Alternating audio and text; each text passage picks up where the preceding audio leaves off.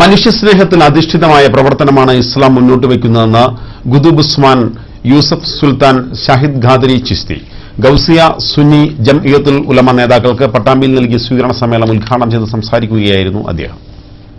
ജില്ലാനി study centre Palakkad ജില്ലാ കമ്മിറ്റിയുടെ ആഭിമുഖ്യത്തിലാണ് പട്ടാമ്പിയിൽ മഹാസമ്മേളനവും ഗൗസിയ സുന്നി ജംഇയ്യത്തുൽ ഉലമ നേതാക്കൾക്ക് സ്വീകരണവും നൽകിയത്. മനുഷ്യസ്നേഹവും കാരുണ്യവുമാണ് ഇസ്ലാം മുന്നോട്ട് വയ്ക്കുന്നതെന്നും തീവ്രവാദവും ഭീകരവാദവും ഇസ്ലാമിന് അന്യമാണെന്നും ആത്മീയ ഗുരുക്കന്മാരിൽ നിന്ന് സംഘടനകൾ സമുദായ നേതൃത്വം ഏറ്റെടുത്തതാണ് തീവ്രവാദവും ഭീകരവാദവും കേരളത്തിൽ വ്യാപകമാവാൻ കാരണമെന്നും സമ്മേളനം ഉദ്ഘാടനം ചെയ്തുകൊണ്ട് ഖുതുബ് ഉസ്മാൻ യൂസഫ് സുൽത്താൻ ഷാഹിദ് ഖാദരി ചിസ്തി പറഞ്ഞു.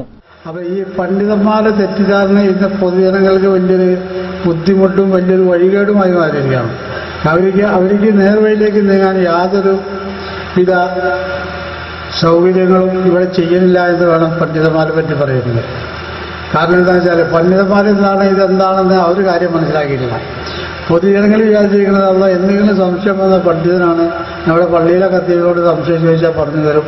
അത് 100% ശരി തന്നെയാണ്. നമ്മൾക്ക് എന്തെങ്കിലും സംശയ നിവാരണങ്ങൾ വന്നു കഴിഞ്ഞാൽ തൽക്കാലം നമുക്ക് ഓടിപ്പോയ ഒരു ആശയം തരാനൊരു സ്ഥലം ഒന്നുകിൽ പള്ളി അല്ലെങ്കിൽ കാദിമാർ ഇങ്ങനെയുള്ള കാര്യങ്ങളൊക്കെ. ഈ സമൂഹം തിരിച്ചു കഴിഞ്ഞാൽ അവർ നമ്മളോട് പോകും, എങ്ങും പോകാനില്ല. പിന്നെ നമ്മളും അവരുടെ ബാധ്യമായിട്ട് മേഖല തന്നെയാണ്. അപ്പോൾ അതാണ് ഇന്നിപ്പോൾ ഇവിടെ നടന്നുകൊണ്ടിരിക്കുന്നത്.